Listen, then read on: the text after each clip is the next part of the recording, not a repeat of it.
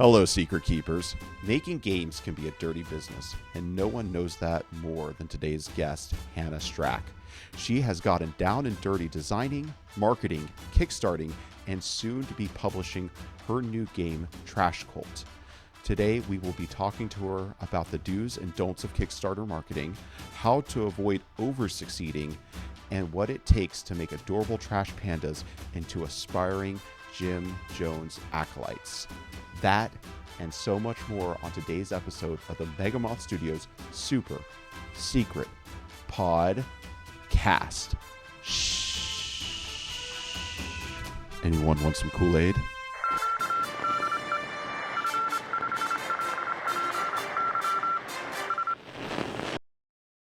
Welcome back, Secret Keepers. I'm your host, Cog in the board game counterfeiting machine, Joel Watts, joined as always by Danny, skeptical of any drink you would offer me. And today we are joined by Hannah Strack of Foxhen Creatives, designers of the Kickstarted hit game Trash Cult. What is up, Hannah? You know, I'm just excited to be here and talk some trash. Yeah. Oh, hell yeah. Well, we're going to be getting into the trash talk for sure today. We're also going to be talking to Hannah about her journey kickstarting the brand new card game Trash Cult and everything that comes with that. But before we get into all that seriousness, let's get silly with a question of the week. All right, Hannah, so you've made a game where these trash cultists, these cute, cuddly fur demons, essentially, are, vying for different food from the trash. So if you were starting your own junk food cult, what food are you worshiping? Well, the rats are near and dear to my heart because I am a donut fiend, and I think I could get anyone on board with that. Yeah. Okay. Would there be a hierarchy of donuts? And what would be at the top of it? Yeah. I'm a Boston cream kind of girly, so that's top. I think anything with maple icing is going to be like a secondary. Bottom of the heap, and this may be controversial, but apple fritters can go die. Those are very entry-level people. They got to put some work in. Maybe not even on the heap. Maybe that is the blasphemy of your cult. Apple fritters. True, yeah.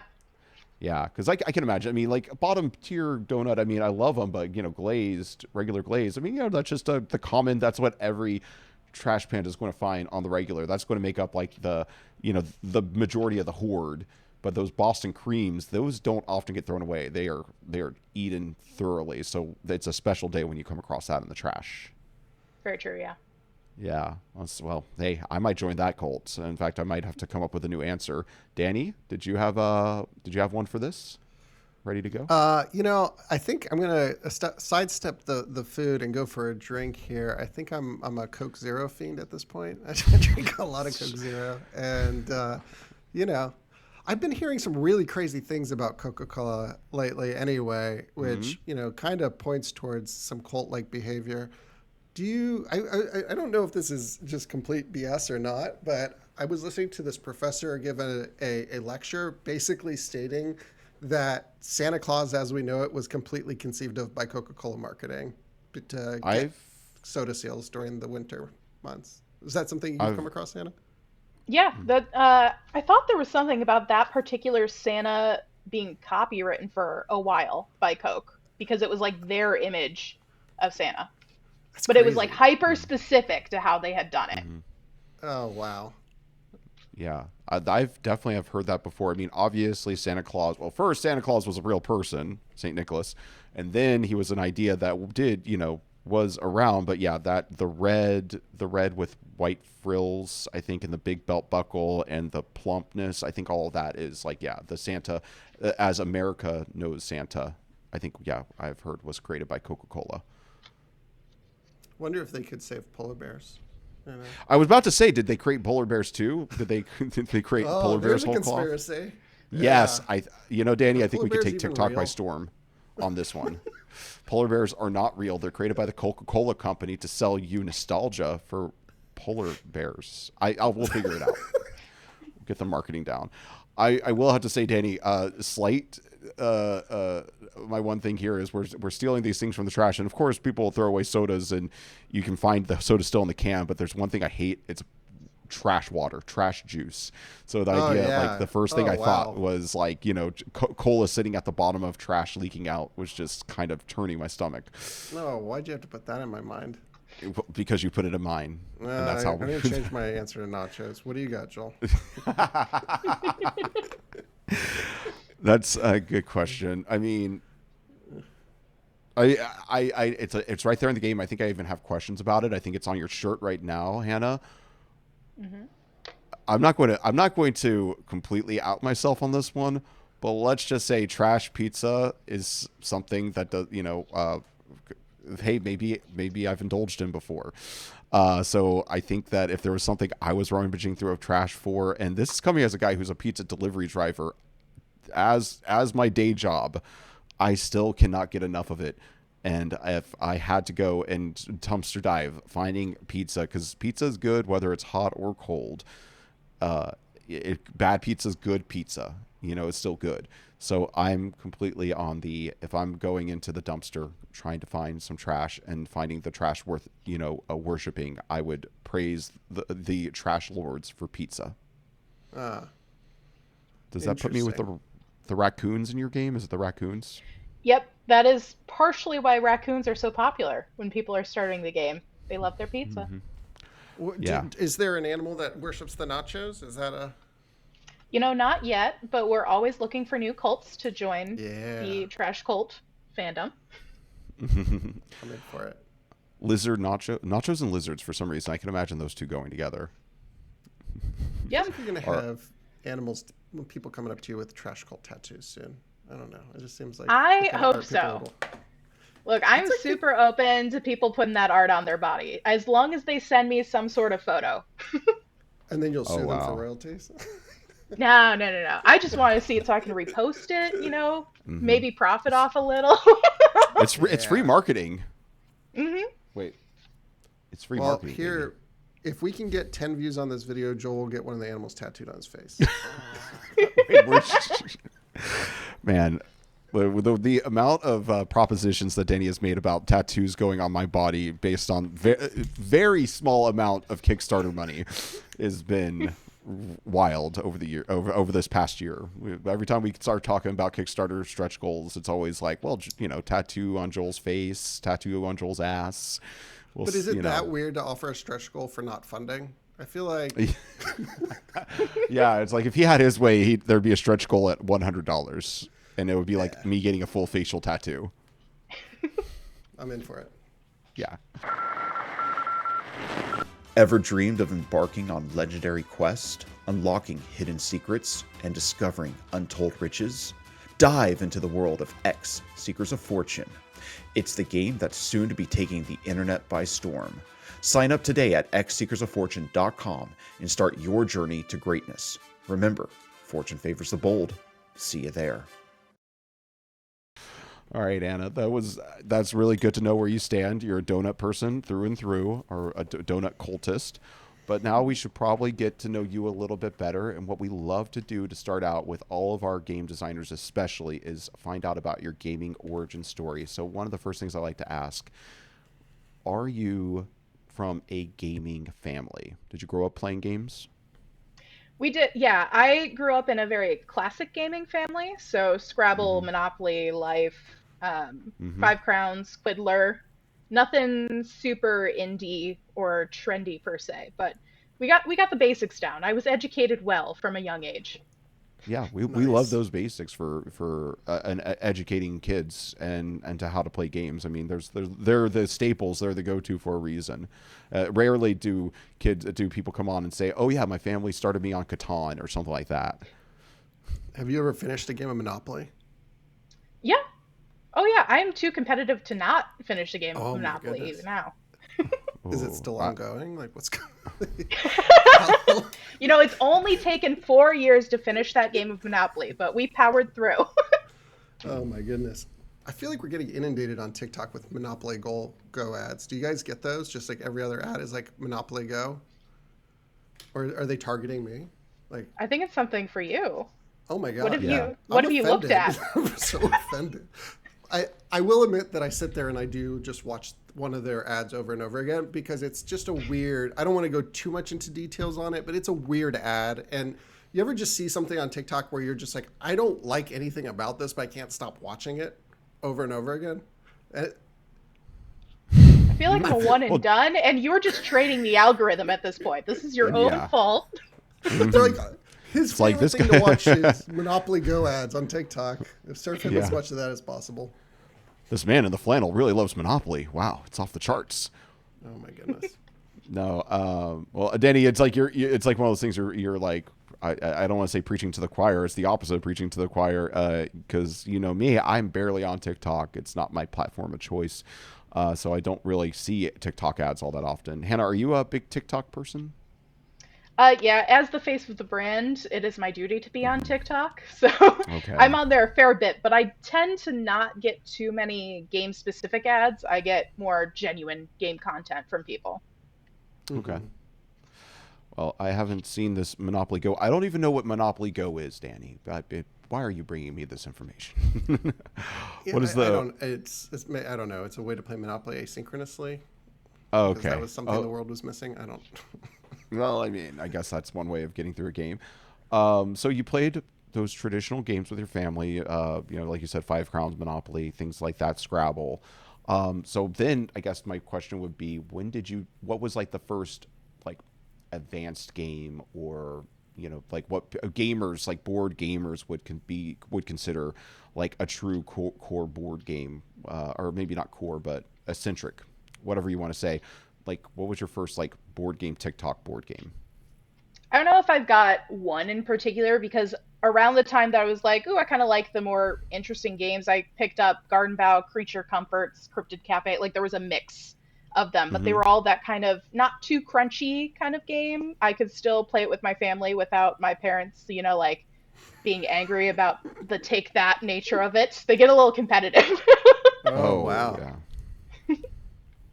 So a little mix of the lighter side of things and things that I think are very replayable. I mean, there's a fair amount of take that mechanics in Trash Cult, aren't there? Yeah, but it's the Is take that that controversial at it your it house?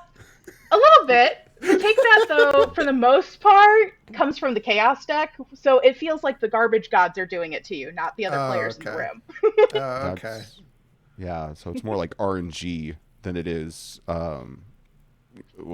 dickery, if you will. Yeah.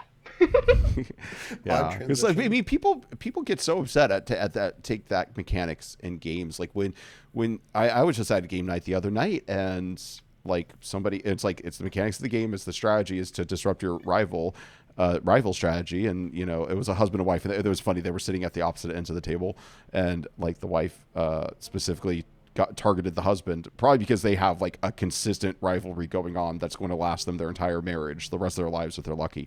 And and he just got like so like a little on the like, oh, why are you hurting me side of things. Like people really don't like it when you mess with their plans. Yep. I honestly, most of the people that play Trash Cold, at least for the first time, they play so nice for about the Hmm. first 5 minutes because they're afraid to do that to the other people they're playing with because it's normally like their husband or their like good friend. Hmm. But as Hmm. soon as like one thing goes wrong, then it's like Oh yeah. gloves off. Yeah. Let's get dirty. Hmm. Hmm. Mm-hmm. Well, I mean, that's a good thing in Trash Cold. I think that's actually a real, we're almost going to get ahead of ourselves, but maybe we should talk about the design of Trash Cold and what inspired it. We have an idea of where you started. Well, I guess just to round things out, so, the people watching this know where you're standing. What are some of your, like, if you had a Mount Rushmore of board games that are inspirational to you, the ones that you love to take out and play with people, well, what would be like, like your top four? Well, I have my laptop sitting on a couple of them. Okay, Everdell. cool. Oh, I cool. do really like Garden Bow as a, tile centric kind of person. I still will stand by Five Crowns. I will play that for hours, even It's a if it great is a game. basic game. Hmm. Same with, you know, I do not hate Monopoly. As I said, I'm very competitive. I don't mind a game that lasts long that's not Catan, because sometimes Hmm. Catan's just a little too much. But Okay. Those like lower level strategy kind of things, those are my jam. Well, I Lighter feel like you stuff. should get my Monopoly Go ads then, because Look, Well, I'm not a virtual gamer kind of person, but mhm. I will stand in and watch the people in my work play some Meatopoly that they've got going on in the office. Wait, what is if that? Meet Meatopoly, up. Uh huh. the meat version of Monopoly. what? Yeah. Do Meet. you play with real meat? No, just little cleavers. Ah, Oh.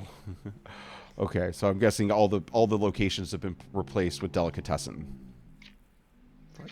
or things like that. No. No, maybe I maybe think I'm there's not one or two understanding. on there, but not like the whole board. Oh, okay. Are there some butcher shops? Yes, I believe Barbecue. so. It's been a while since I watched in. It Okay, Mm. sits in the our head of tech's office. I see. That's how he gets them That's in. yeah. I mean, that's what is the term? That's the crazy thing about Monopoly is it has so many different spin-offs. It's just like you just replace all the locations with whatever franchise, whatever makes sense for the franchise, and then boom, you got yourself a new version of Monopoly to hyper target a specific fandom or like I heard that you can even like go to colleges and find the Monopoly for that college, and like the alumni will play a Monopoly specifically that's like self-referential to the college itself. Yeah, that's why part Yeah. of the reason why I like it. It may not be my favorite game to play, but it is one Hmm. that's very accessible for people, and I know that it's something that even if it's not the game I'm going to pick first, it's a game that I can get people on board with, and they're familiar enough that it's a lower learning curve for the night. Mm-hmm. Yeah, that's That that. Go ahead, Joel. I was just going to say that like we've been pretty hard on Monopoly. We're not the biggest fans of Monopoly, but that is a great point because it is so ubiquitous. It is like it can be a go-to for so many friend groups. You can get people into playing a game of Monopoly pretty quick because everybody has at least a basic concept of how it works. Yeah, Yep. we get a lot of cease and desist letters. That's, Just a Well, handful over there. yeah, I mean, Monopoly and once Subways. It's all cease and yeah. desist. Yeah. Well, I think once we release X Seekers of Fortune Monopoly Edition, unauthorized Monopoly Edition, I think we will definitely be getting cease and desist. But 100%. Yeah. we got to get to it before they do. Yeah. We're just claiming our trademark. Securing it. So, Trash Cult Mm-hmm. design question. Yes. What games do you think were your biggest inspiration for Trash Cult?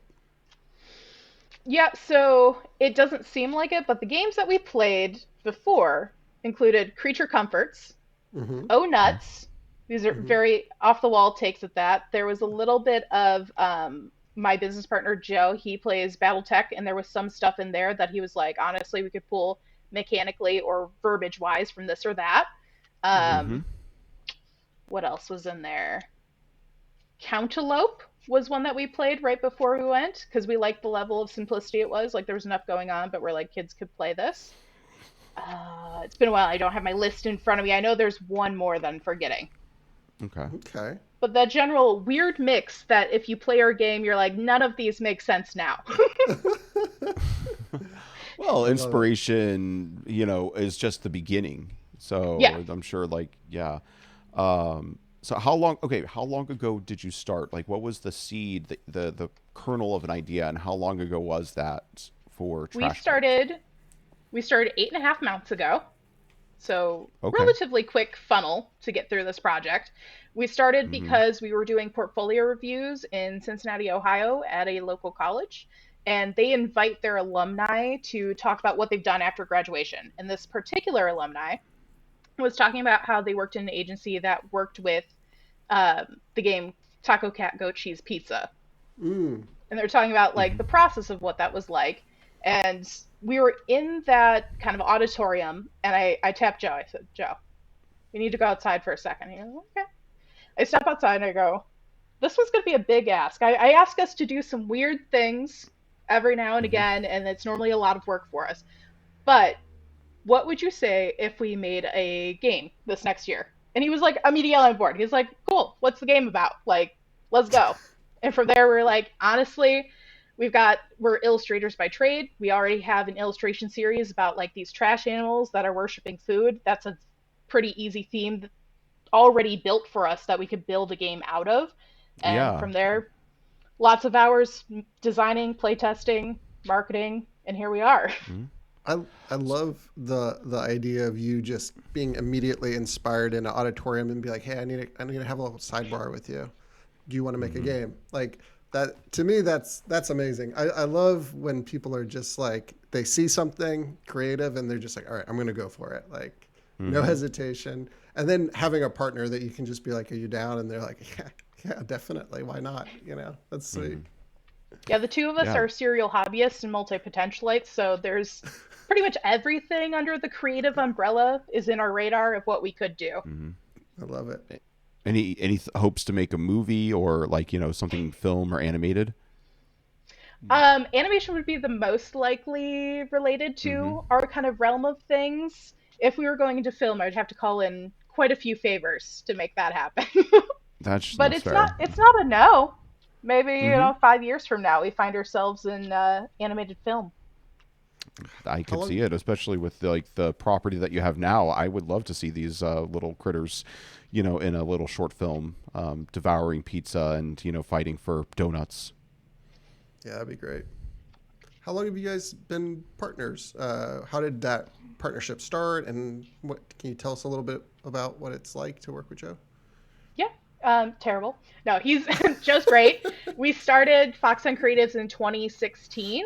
We Mm-hmm. were both working for Unity Lab, which was a student-run design agency that the two of us started at our community college while we were there. We did that in order to give the graphic design and like illustration kind of students enough experience while still in their community college degree. So that way, if they wanted to leave without getting a 4 year degree, they'd be able to get work immediately. The two of us in that project did a lot of work together for copious amount of hours and it worked out well and we said, this works. We have similar creative energy. We're both kind of crazy. Why don't we keep doing this? And then we built Foxhen as initially a shirt shop, which Mm-hmm. turned, well, a web comic that turned into a shirt shop, which then Mm-hmm. became an illustration series for our like art shows and conventions that we'd vend. And now we do games and keep with the illustration stuff. That's sweet. Wonderful. When you say you have the same crazy creative energy, what makes that, how would you describe that crazy creative energy? We What both do you guys have in common? Yeah. Yeah, we both really like to jump on new projects, and we have just enough between the two of us tenacity to make sure that they go over the finish line. But we're always looking to see what that next thing's going to be, just to scratch that new creative itch. And we're both pretty on board with backing each other and making sure that that project's going to go well. We don't drive ourselves completely insane. We are very big on making sure the two of us take breaks together, but pushing ourselves to put out the best products, best creative energy that we can, best building the best community that we can, because we're very people driven. I like that. Do you see more games in your future? Is this like the beginning of a series of games, or are you guys going to chase another dream of, some sort of creative project? You're like, Yeah, so the gaming industry is an interesting one for us because we feel like any game that we do is so new and different that we feel like we're getting that creative itch. So mm-hmm, we Mm-hmm. already have one or two games kind of in the works to follow Oh Trash wow. Cult. We're Okay. nice. also the type that we want to make sure that Trash Cult is something that if people purchase for a store, they can still get that. So we'll keep that, Mm-hmm. potentially expand upon it in the future, but have enough new games that keep us going creatively in the long run. I love that. Mm-hmm. And did you ever imagine prior to being at that alumni portfolio review that you would create a game, or was it like, had it been something you'd been gnawing on for a while, or was it like, hey, I can do that. Let's do it.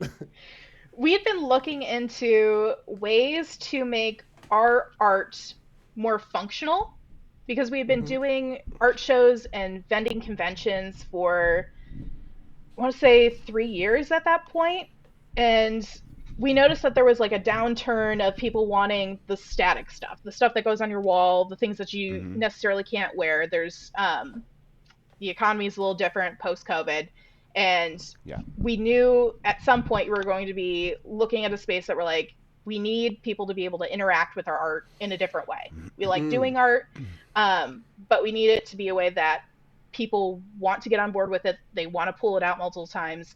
And when she was talking about games in that alumni speech, I was like, that's it. Like, make the art playable. We That's so do we cool. do kick ass art. We Yeah. both Oh yeah, you like definitely. games. Hmm. Not to brag, but like that is part of what sells the game. And we both like a puzzle to solve. And what is a bigger puzzle than making a game of your own? Hell yeah, I can in all confidence say that that is one of the things that attracted Danny and I to making a game once we got started on it. And yeah, just every I told Danny the other day, like we came from the filmmaking background, or that was what our passion was when we were in our 20s, and that's what we thought we were going to be doing. But then once we started making this game together, it was like our first creative project in a bit, after life had had its way with us, and it's like all the creative problem solving that you have to do and to make a movie is pretty much right there with making a game. And that's the thing that drew me to wanting to make movies or do other things like that, was creative problem solving. So yeah, I mean, and also, yeah, it's playable art. We were just talking to Anna about what inspired her to get into makeup design just earlier today, and you're going to hear all about that on the next episode, folks. And you're going to discover why I look the way I do. But the takeaway was that she was actually, like, she could trace back her love of makeup and looks and designing characters to her, like, Magic the Gathering, where her brother played, and she was looking at the cards, and like you just flip through all these cards and you have all these different art pieces right in front of you, and just like, giving functionality to art. I always think something really becomes meaningful to people when they actually use it. It's like when you actually have a skill, like the way that you look at a grocery store after you've learned to cook is completely different than before. And it's like almost as though the blinders open up, like you're seeing the entire world in color. And I think that's true. So it's like when art means something so much different when it's on a card that's won you the game, or like that it sits there and mocks you because it's what your rival played to make you lose the game. So I love that idea of making art connect much more quickly or much more meaningfully with people through gameplay. Yeah, that's cool. The the idea that you're able to find a way to leverage your art to drive the game is huge too, because the cost of art production is one of the most cost prohibitive parts of making art. And obviously, right now, we're faced in an era where more and more of this, AI generated images are flooding the market, devaluing the work of people like you and Joe. I mean, have you had a lot of conversations around the AI generated art in games or images in games? And as an artist, how does that make you feel, and how does that impact you? Given what your background is as an illustrator. As an illustrator, I think AI is a great tool to use. I think it's a great as a foundational. I'm working on playtesting game. I need something to get it out there so people understand what this is going to be like, even if it's not the final art. I think it's Mm-hmm. great if you're not a creative and you need to express what you want to be done with your art, that you can bang something out really quick to show the artist, this is kind of what I'm thinking. Can you make this happen in your style? And as an artist, Mm-hmm. I personally appreciate that because I'm like, okay, I can't read your mind, but I can read that image and see what you want done with it. I don't think it's a threat. I know some people get up in arms over AI taking over illustrator jobs, but the thing is, particularly in the gaming industry, there are a lot of people that are very focused on supporting other creators, not just Mm, game designers, but also other artists that are Mm-hmm. building their games visually. 100%. Mm-hmm. 100%. Yeah. Um, how many unique art pieces are there in Trash Cult? Ooh, off the top of my head, we got four animals, four food, so eight. There's four action cards, so 12. Another 12 for the miscellaneous pieces in there. Four. I'm gonna round about say Mm-hmm. 28. because I don't have my list in front of me where I could count them. And is it a mix of you and Joe's art, or did one of you take the lead? Yeah, we split it. So most of the color work is mine, and then the black and white work is Joe's. So our chaos deck is all Joe, and then the color deck, as far as the main deck, is mine. I like Oh, it. that's good. I like that split, so that you can easily identify the different flavors or the different theme. That's Yeah, we have cool. adjacent styles, but there's a little bit of our own flair in each, so you get Hmm. a little bit different stylistic flavor for sure. Okay, cool. N- Yeah, I'm really looking forward to getting my hands on with this game. That's actually maybe something I should ask. So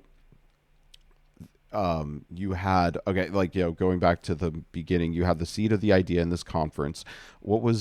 How did y'all get up and running with a play test? How far into the process was it before y'all were playing the game or a version of the game and being like, okay, how do we make this good? Okay, so you can track that basically if you go back on my TikTok, like it is timestamped. So I know that we Oh. started our game 2 weeks before my first TikTok. So that was from conception 2 weeks. We had a semi playable version of the game that we Mm-hmm. could give to someone else, and with quite a bit of hefty instruction, understand how to play that game because it didn't have a lot of helper text on it. It was Mhm. just little mini cards that we cut out at home that said raccoon or pizza on them. Mm-hmm.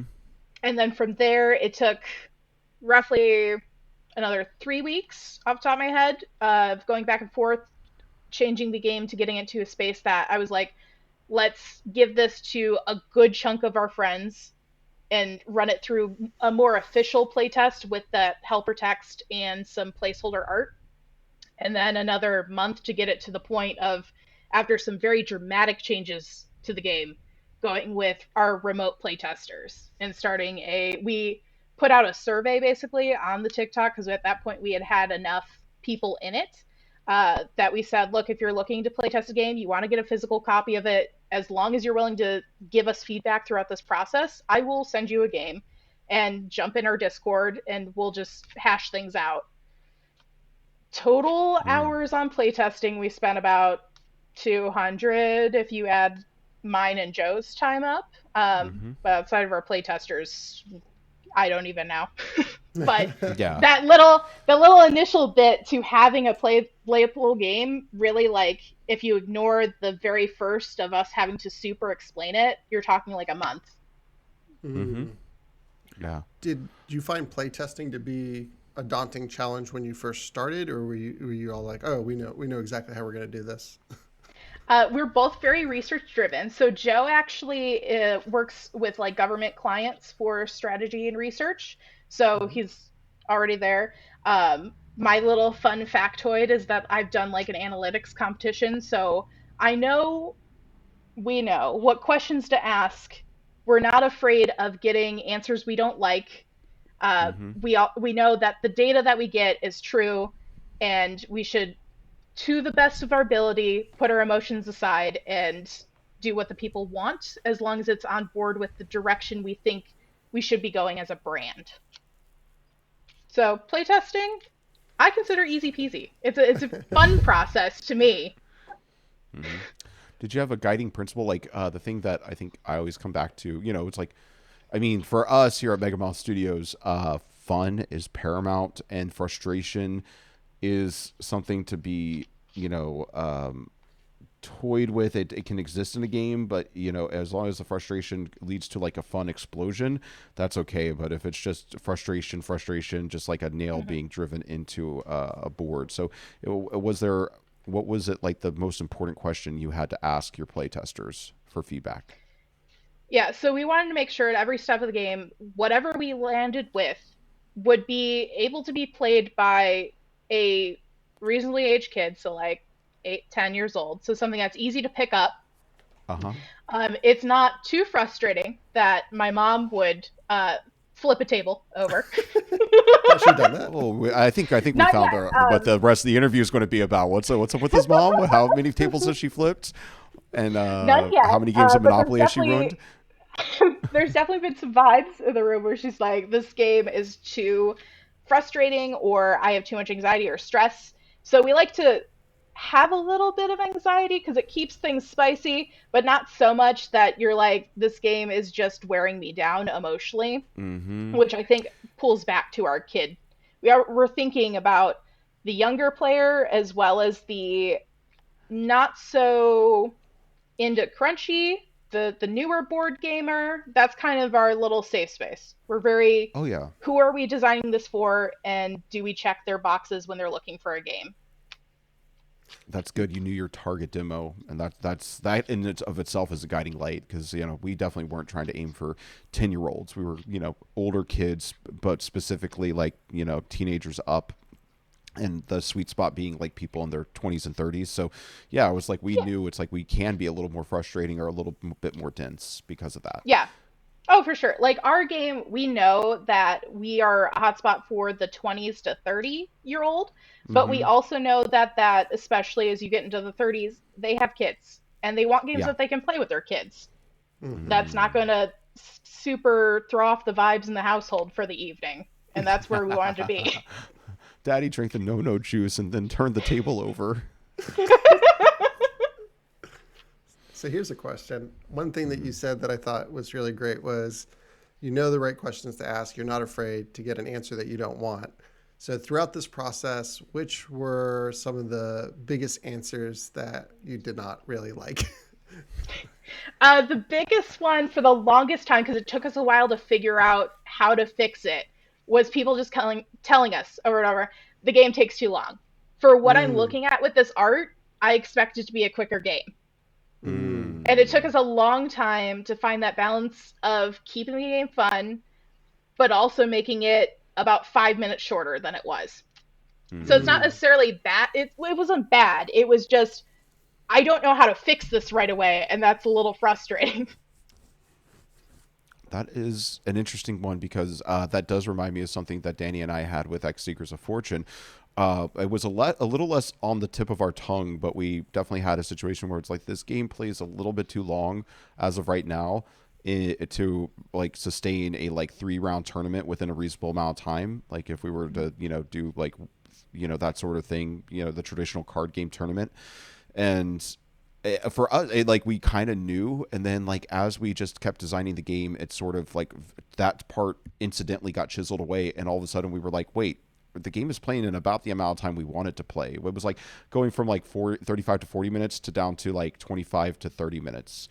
Was it a specific solution y'all implemented, or was it just like a solution to other problems caused that gameplay time to go down over time? It was a mix of things. So as we were trying to fix other things, we had Yeah. implemented things like a Trash NATO chaos card, because there was someone in our Discord, a playtester in particular, that showed a photo where they had just a handful of pizzas.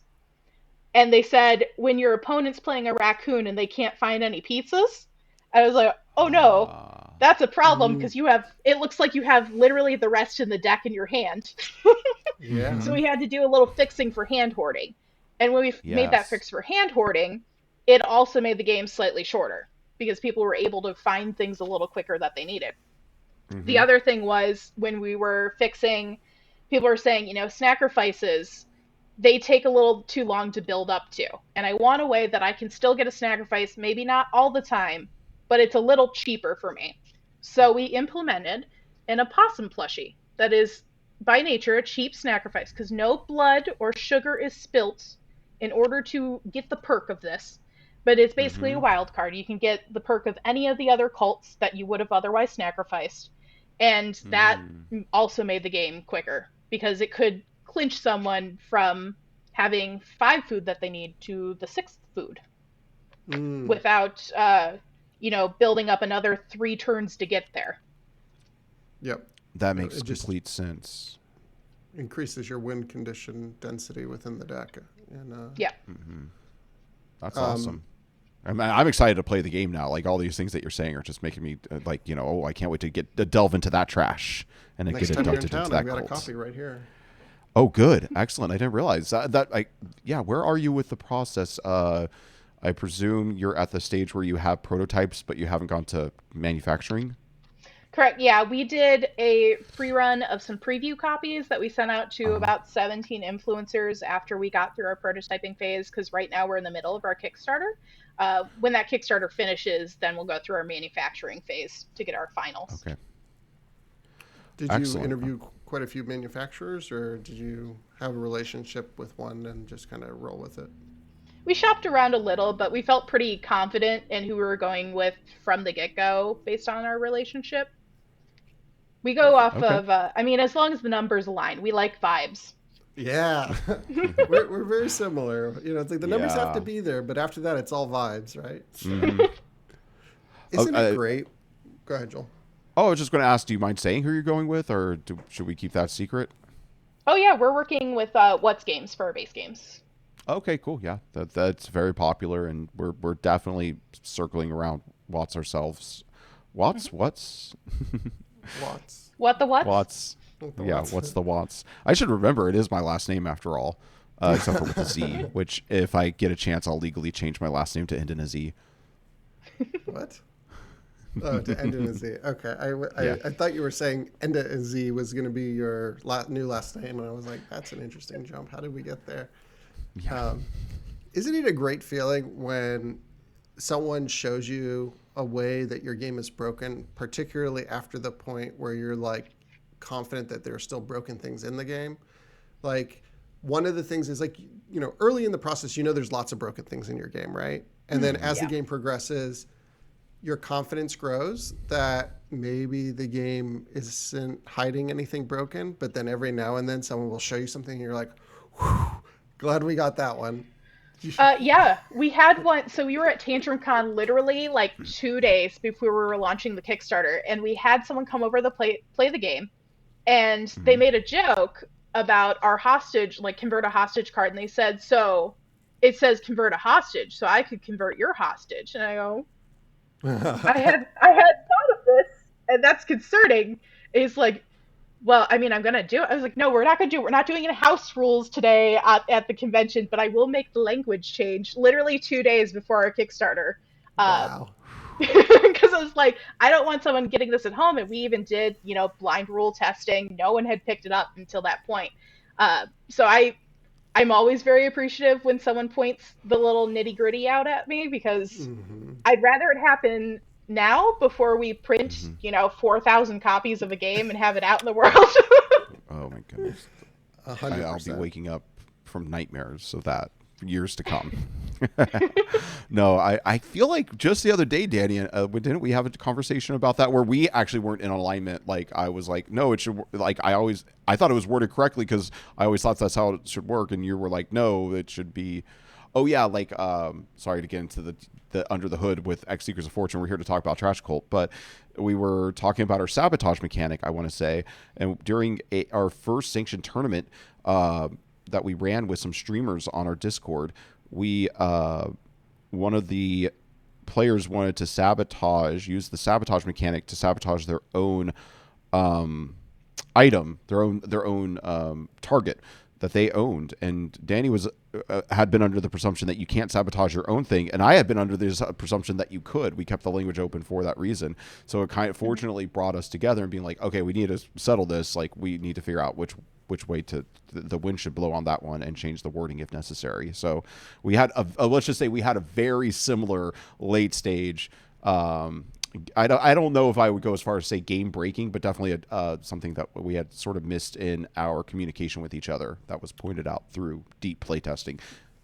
Have The y'all hostage had situation any? doesn't sound game Go breaking ahead. either. It just sounds like it would have changed the way the game interacted, right? Like if you had that extra point of interaction that you could convert a hostage, it wouldn't necessarily break the game. It would just make the game play differently, or could it break the game?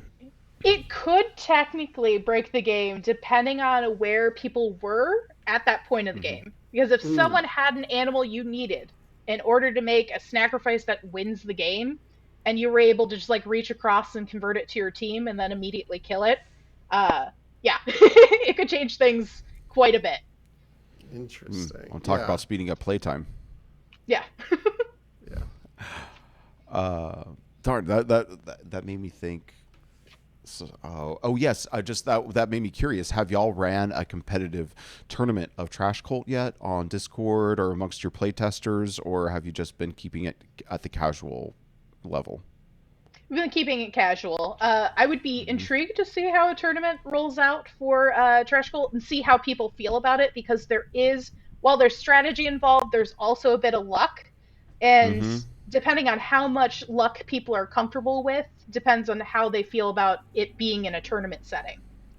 Yeah. What do you think the skill to luck ratio is for Trash Cult? Is it I'd say it's if you about had? Mhm. 80 20, 80 skill, 20% luck, because it really depends on how ballsy you're being with sacrifices. If you're being more Hmm. ballsy and you're relying on the chaos deck to go in your favor, then it's going to be a little more luck related. But that Hmm. again is a bit of your personal playing flair that you have. Hmm. Mm. Which could blow up in your face. It seems like you could be Yeah. trying for Oh the yeah. chaos deck sacrifice, and it just booms, and your rival wins. Okay. I mean, I personally think you might want to just play it out to see how it feels with just a little bit of money on the line. But I feel like 80-20 is within the realm of 100%. um yeah, within the realm of like I would take that. If anything, a game that's 100% skill is a game I wouldn't play competitively because I know I'm going to be the guy who's at the top of that heap. People like variance. It gives them a chance to win. Yeah. Yeah, I think it's good when a less skilled player can occasionally beat a more skilled player. Hmm. Yeah. Like it keeps This them is why I'm invested. able to win my own game. Hmm. It's how I feel. I'm starting to feel. You and me both, There, sister. there's that funny feeling when you're like, I'm the best player in the world at this one game that I made, and then you see that disappear very quickly. You're like, oh no, I Yeah, suck at my own you, game. Danny, you were the best of the game when it was just the two of us. Then you Yeah. introduced your brother to it, and he took my spot took the number two spot, and then we introduced more people to it, and then all of a sudden it's like, wow, these people are playing at a level that we did not expect. But yeah, I Yeah. mean, you'll learn. I think that might be the lesson. Is like you're going to learn more about your game, putting money on the line and making people have to like incentivizing them to play the dirtiest and the most efficiency and the most ruthlessly. That's when you're going to find out exactly how broken your game is because people will try like they will find the wrong answer to make them right. Yeah. Yeah, I will say the closest we got to people playing really dirty was when we had playtesters either actually play drunk or pretend that they're playing drunk Uh-huh. and just really hammer each other to the best of their ability. And that was fairly early on, and when we learned quite a bit about what needed tightening up in our game. That's a playtest that I think we should run on air, Danny. Playing intoxicated. Yeah, we haven't. I don't. I mean, I'm not going to say that I haven't played X Secrets of Fortune Intoxicated, but I haven't done it like for science. I'll say that. I mean, I play Trash Cult intoxicated. It sounds fun. Yeah, that sounds. I mean, maybe we can make a drinking game out of it if we end up playing it, on video or off. Not everything has to be content. Eh, I feel like if I'm up after 7 p.m., they have to be content. Okay. Yeah.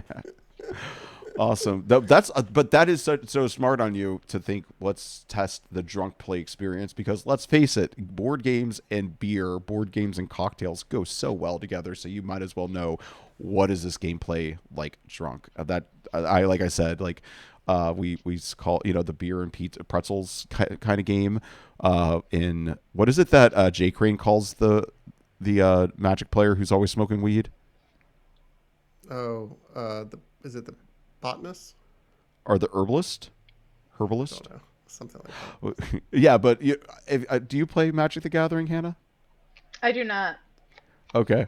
Well, there's definitely a format called EDH or Commander, as people call it, where that's the one where you just get together with your friends, you pop open beers, you pass around a blunt or something like that.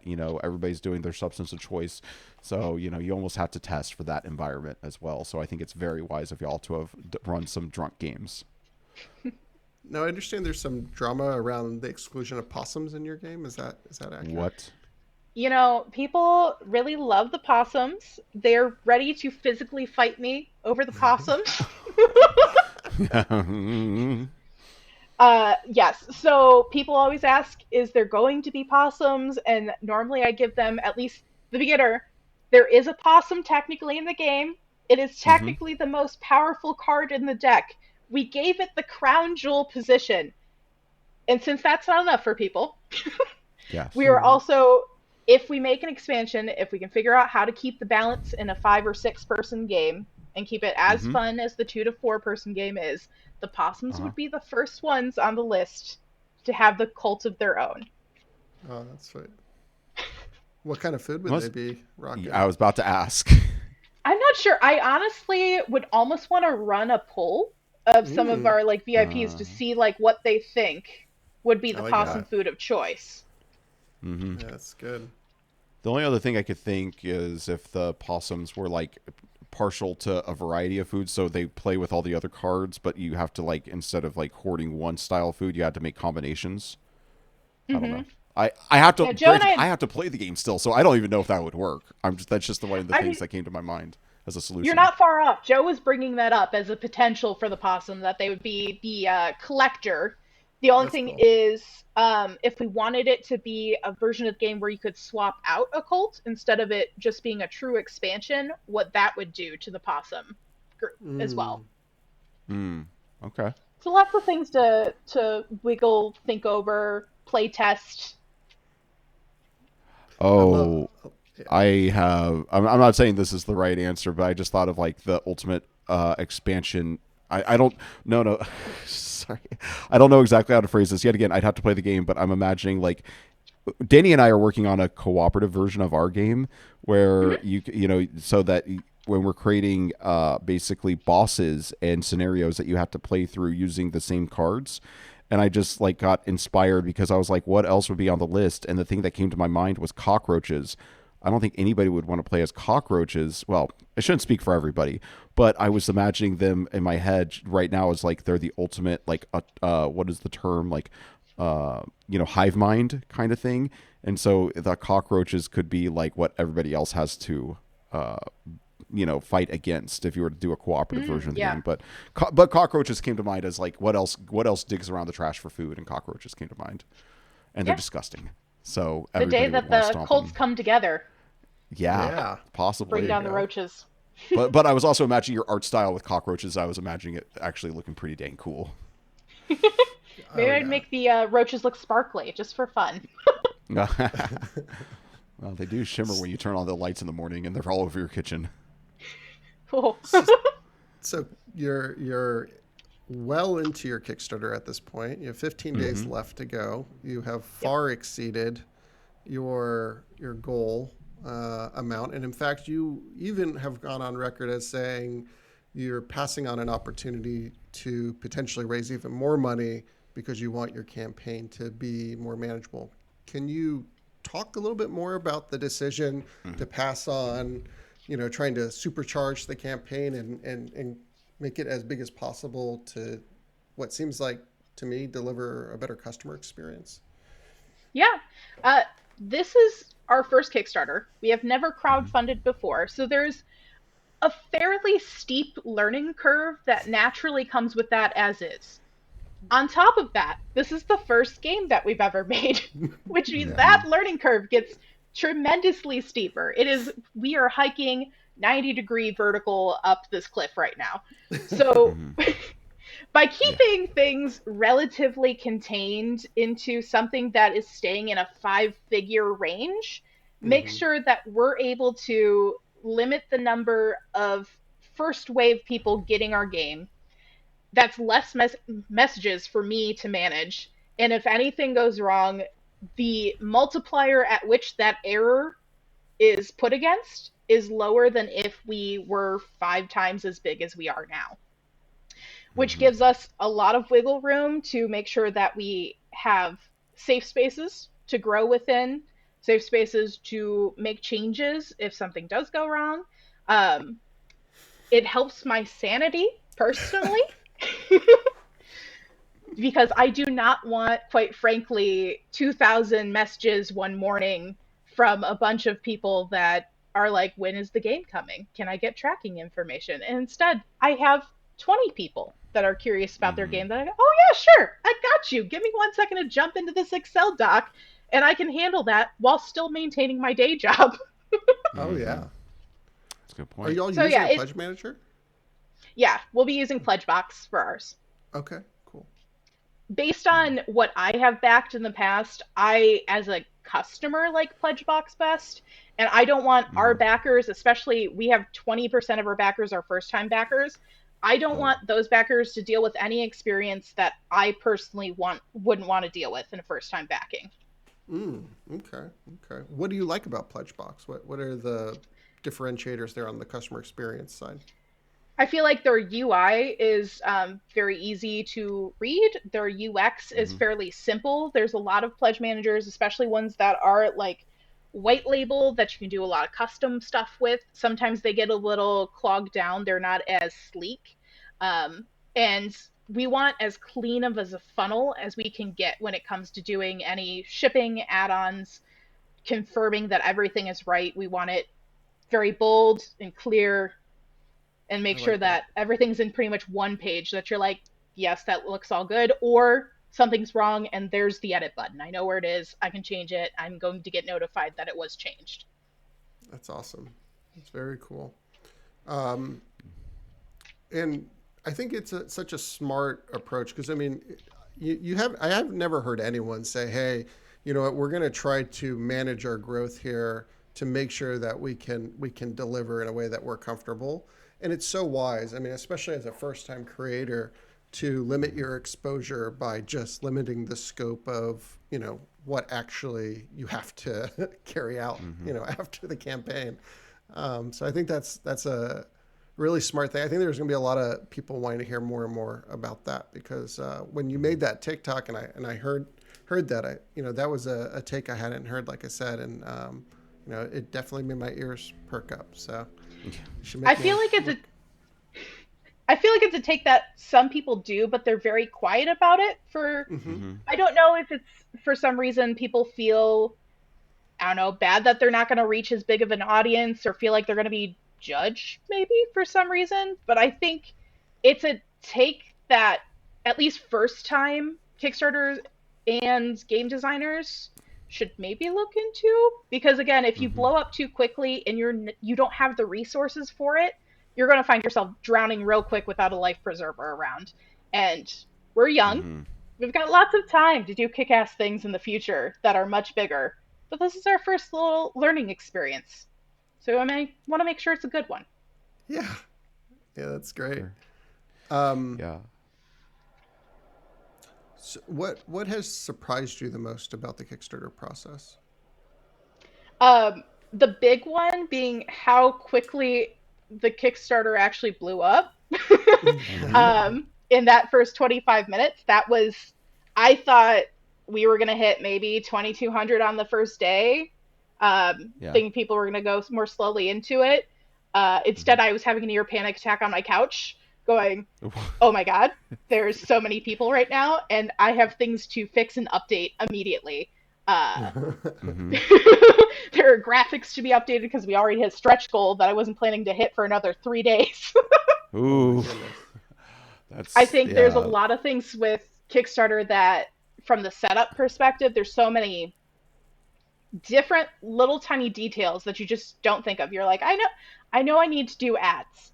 I know I need to get some emails in. But all the different little steps that go into building a successful ad campaign and sales funnel into an email and making sure that you got enough Kickstarter page followers, like there's just so many little things to check off on your box. And there's no one sheet document that says, here's your whole checklist of every single thing that you need to do. So, finding what you left behind and being able to quickly pick it back up was definitely a big part of the early learning curve getting into Kickstarter. You're definitely speaking about the aspect of this whole process that Danny and I are embroiled in the middle of, testing ads, updating our landing page. In fact, we're going to go after this call or after this podcast while we're still on the call with you. I think we're going to take a look at what we're working with. and get your feedback. Now, you said you were already in marketing, correct? Yes. And wait, just to make sure I got this right, Danny, did you go with Launch Boom to help get your game set up? Yeah, Yep. you're on Launch Boom with us.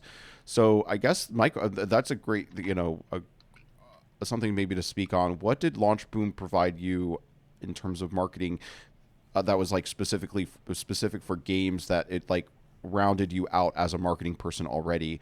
And where did your background kind of already, like make it to where you felt like you were already past Launch Boom? Like, what was the give and take of that? I think there's a lot of Launch Boom that if you are already familiar with marketing, will be able to help you more than if you weren't. From a base set, they're going to at least give you, here's how to set up your ad accounts, here's how to set up MailChimp, uh, Mm-hmm. here's some basic things of like what kind of ads you should be running, how to test those. For me, as someone who's already a part of marketing, I've got some of that stuff. They helped fill in the blanks on things I wasn't aware of. But the big thing that helped me most was their game specific information that they had, as far as like audiences that I could speak to, what those audiences naturally are interested in, particularly on ads. So I knew where to put my targeting. Okay. That makes a lot of sense. I mean, that's what we heard also from the person who's helping us with marketing, was like just the fact that Launch Boom has such a big resource pool, a big pool of leads to pull from. That you're already getting kind of a built-in audience with them. But yeah, it definitely seems if you have zero experience, that it's almost like a crash course into marketing, and you probably will come out the other end with skills you can actually add to your CV or resume, I should Yeah. say. Oh, for sure. Yeah. Excellent. Cool. Yeah, big Launch Boom fans here. Same. So after Kickstarter is over, you're right into fulfilling the game. And then do you imagine that you're going to um, jump into your second game, or do you imagine that you're going to focus on expansion first?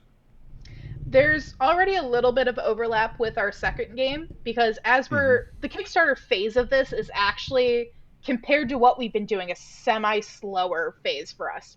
There's managing people, managing pledges, but it's not as much active work on the game, so we can use some of those hours to work on the game. When I say the game, that means the new game that we're kind of working on, but it also does mean that expansion. We're kind of, whichever one happens first more naturally is the one that will push forward. That's how we worked with this game. We were like, as long, whatever is the path of least resistance for us Yeah, designing is probably the route we are naturally meant to go in. I like that. I Are have you a and Joe in feeling the same market? Do you guys in still the both same, live area, yeah, like yeah, geographically? yeah, we're both in Columbus. He's about 15 minutes away.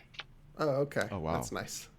Very. Yeah, so it's real easy for us to get together. We get together every Sunday and Wednesday to talk games of some sort and work on things. That's great. Nice. How so? Okay, the Kickstarter. How many days are left in your Kickstarter campaign? 15.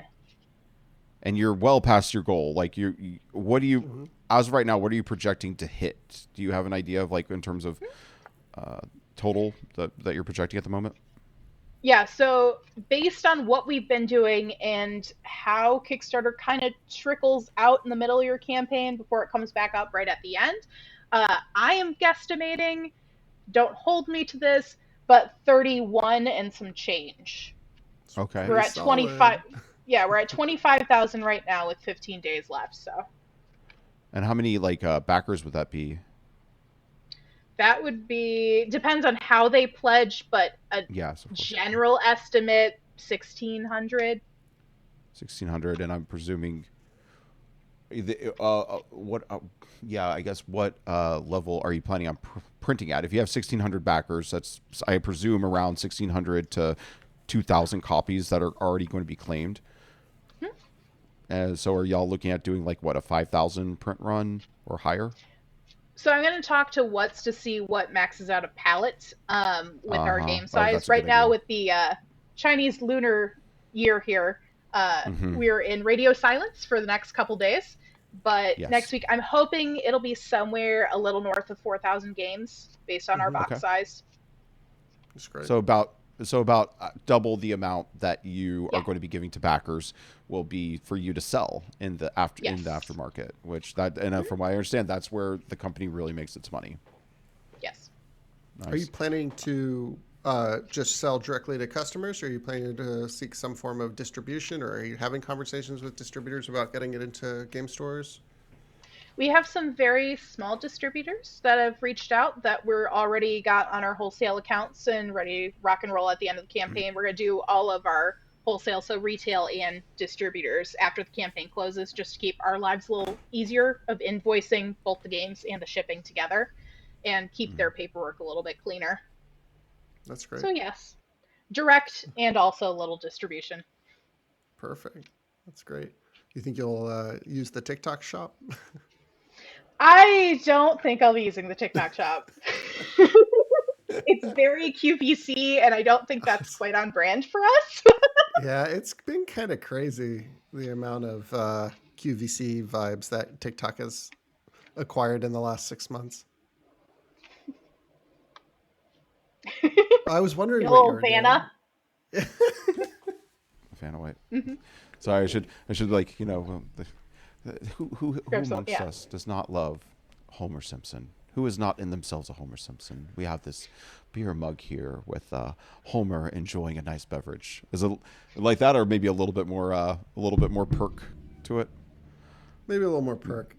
Yeah, I'm a little bit more. What is it called? The Roadshow, the Antiques Roadshow. I think is my comfort zone when selling. It's your current vibe, yeah. Yeah. Minus the eyeliner. Oh, yes, I did. I did it to represent Go Panda, Go Team Panda. All right. Well, Danny, was there anything else that we wanted to loop back around? Anything we kind of skipped over that you had questions about? No, not at this time. Hannah, was there anything that you wanted to talk about, or anything else you wanted to let people listening know about with respect to Foxhen or Trash Cult? I think that's a pretty good, curve on what we got going on. Yeah. Well, you guys have some wonderful things going on, and if you at home were listening to this want to just see some cool art, and even if you're not necessarily in the mood for backing a game, you can go to their website. It's foxhen.com, I presume? FoxhenCreatives.com. FoxhenCreatives.com. I went to their website in preparation for this, and they like the shirts, the stickers, all the different things that they have for sale outside of the game itself, which is already looking awesome, and I'm looking forward to getting a copy of. They just have some wonderful art, some wonderful taste. So if you're looking to spice up your life, you could definitely pick up a few things there, and I am sure you're going to be happy with how they look and the vibes that they give off. It's good vibes. It's like radical in the good way. So I'm really excited about that. So Danny, what did you take away from this conversation we just had with Hannah about game design and Kickstarter? Yeah, for me, this conversation was a lot about leveraging the strengths that you have and finding new ways to apply it. One of the things that I think Hannah shared with us that I was most inspired by was this idea that they had built a business, presumably during the pandemic. The economy changed, the way people were interacting with art had changed, and so they pivoted. A lot of people, I think, would have just kind of bemoaned the fact that their sales were down and just continue to try to do the same thing. But instead, they found a new way to get their art in front of people and start an entirely new branch of their business. And I thought that was super inspiring, as well as just the unconventional approach that I feel like you're taking with respect to managing the scope of your Kickstarter. So those were two of the biggest takeaways I had from this episode. Yeah, that and food. Junk food is literally meant for the trash and the trash cultist. Still All right, not forgive then. me for the trash water thing. Yeah, I'm not forgiving you for that either, man. Like I said, you were the one who put it in my head. Okay, guys, now we have to do all those things that YouTube and podcast apps love for us to do. So let me get into that really quick. If you have enjoyed this conversation with Hannah about the trash cults, about making games, please please go and like us on YouTube. Like this video because you liked it. So shouldn't you just do that? That's like what the button's there for, to say you liked it. And right next to that button, oh my goodness, it's the subscribe button. Look at that. Just mosey on over just a few little pixels over and hit that subscribe button. But you don't just want to see our videos. You want to see our videos when they're hot and fresh, and you want to be there to comment on them right when they come out of the oven, sizzling like a fajita plate at a Mexican food restaurant. So go ahead and drop down that bell and get notifications. You got that? Did you do all three? Thank you so much. We appreciate it. Thank you for joining our cult. Now, if you're not a video person, you're an audio person, or you know audio people out there and you want to share the super secret podcast with them, why are you doing that? First of all, we told you not to tell anybody about it, but if you must, we are also available on Apple Podcast, Spotify, and all those wonderful places. Wherever they like to get their podcasts, we are there. So you can go ahead and subscribe that way too. And while you're there, please just take a moment. You don't have to write much, but give us a review. But here's the trick. You can only give us a 5-star review. I don't know what it is, but you can't leave anything less. We will be so sad if you do. So why don't you go ahead and drop down, give that 5-star review. That's all we ask. I've asked you how many things? I think 5 things right now. Is that so much to ask for? Your mother would be proud of you if you did it. Make her proud. All right.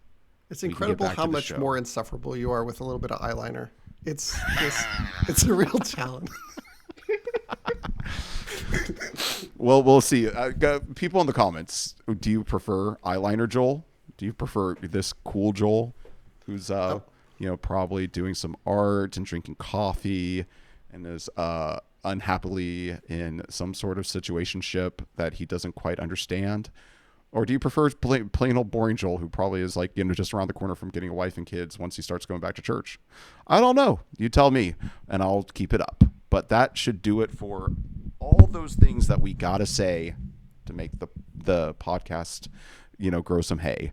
So, Danny, I think that you had a little something for us. I think we're ready to get into something random.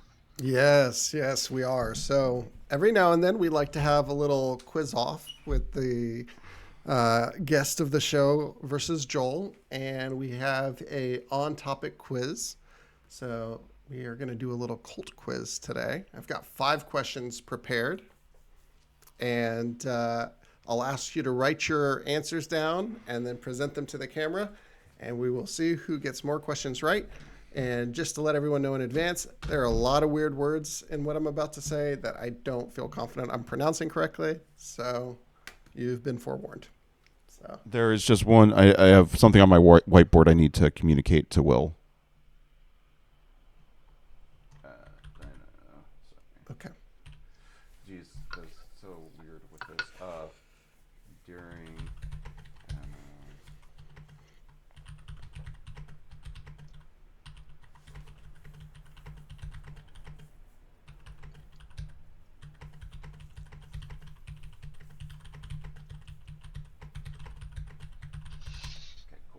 There we go. Sent the note so I can erase it off my dry board, and I will be ready to dominate this cult quiz. I don't know about you, Hannah, but I am a little bit of a cult expert. I'm a big listener to the Last Podcast on the Left for many years, and other such podcasts that like to talk about the crazy things cults do. Okay. So I feel confident going into this. What about you? On the other hand, I am not ready, but let's roll. Let's do it. All right. Question number 1. Heaven's Gate and outer space. Here we go. Heaven's Gate believe that their unaliving themselves would allow them to leave their bodily containers and reach an extraterrestrial spacecraft following which comet? Wait, is this multiple choice or no, I've gone rogue. I'm not giving you the multiple choice on this one. Oh, geez. Oh, that's tough. Now I actually feel way less confident. No, Danny, I'm a product of the public school system in America. I don't think this is right, but I'll say it. My actual cult knowledge is very low, so It's okay. It's okay. We're gonna educate the people at home today. Yeah. And that's the important part. It's the answers we got wrong along the way. All right. Are you guys ready to present your answers? Oh, are we Yeah. doing it all? Oh, yeah. I'm ready. Okay. So I'm going to start with Hannah. Hannah, what do you got? Said Haley's Comet? Haley's I Comet? might as Okay. well say Haley's as well. Okay. The correct answer is Comet Hale-Bopp. I will give it to you both 1-1. Very good. Wait, is that just another name for Haley's Comet? No, it's you guys were technically wrong, but I feel like that was much closer than I expected, so I'm giving it to you. Okay. We get pity points. Pity points. Well, I definitely get pity things, throughout my life too. Okay. In 1984, followers of Bhagwan Sri Rajneesh, later known as Osho, contaminated salad bars with salmonella in a small town in Oregon. What was the primary goal of this bioterror attack? It's crazy. You think about someone who, ends up being a supervillain, and their big crime is that they contaminated salad bars with salmonella. It's a pretty interesting way for one's life to turn out. I'll read the question one more time. In 1984, followers of Bhagwan Sri Rajneesh, later known as Osho, contaminated salad bars with salmonella in a small town in Oregon.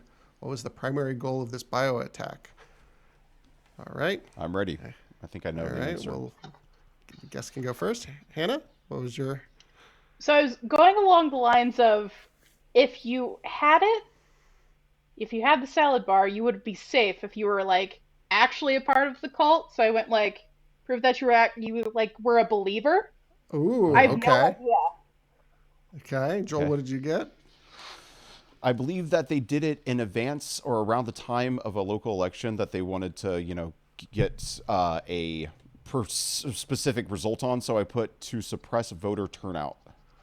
The correct answer is to incapacitate the local population so they couldn't vote. So Joel somehow knew that and gets it. So Joel, I told you, baby. All right, number 3. Which cult is known for its controversial use of animal sacrifices during religious rituals, often citing traditional Santeria practices? Again, that's a word I probably did not pronounce correct. Santeria Santeria. practices? Disturbs me that you know that. Which cult is known for its controversial use of animal sacrifices during religious rituals, often citing traditional Santeria practices? Animal sacrifices sounds a lot like snackrifices. How much research did y'all do on cults for the game, or was it more of just like a vibe thing? It was a vibe thing, so this is not my realm whatsoever. She's going to warn people about coming on the podcast. I'm just gonna tell them, the book you get for Jeopardy to prepare, just grab that one and read up. Yeah, we're probably tougher. And just so you know, I have no idea what this one is. I Thank God. feel like this is like a blind spot in my cult knowledge, so I'm just going to probably make up a word. Sounds about right. All right. So yeah, I just made up a word. All right, Hannah, what you got? No effing clue. Pretty Okay. close. Okay. Pretty close. I put Tobuanism. Okay, Like that's Tom definitely Yuen. not correct. No, The it's correct not. answer was Palo Mayombe. Would never have no gotten Is points it. that awarded. even a word? It's 2 words. I don't know if any of them are real, but that is what I'm reading here.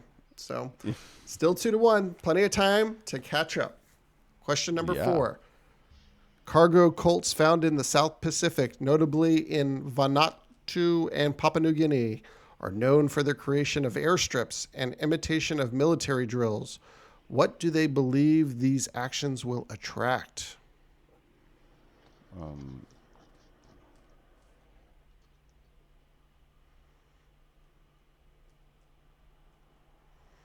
Cargo cults found in the South Pacific, notably in Vanuatu and Papua New Guinea, are known for their creation of airstrips and imitations of military drills. What do they believe these actions will attract? Okay, I'm basically ready. All right, Hannah, tell us what about these cargo cults? What are they trying to attract? Much shorter answer than whatever's happening on Joel's whiteboard there.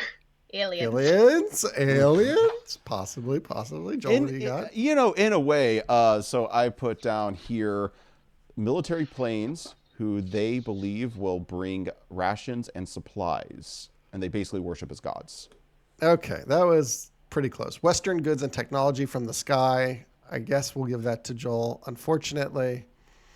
So it's 3-1. Here's your last question.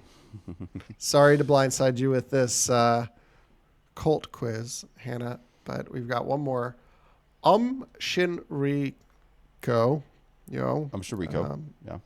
Oh, God. You know who this person is already? I know of them. Okay.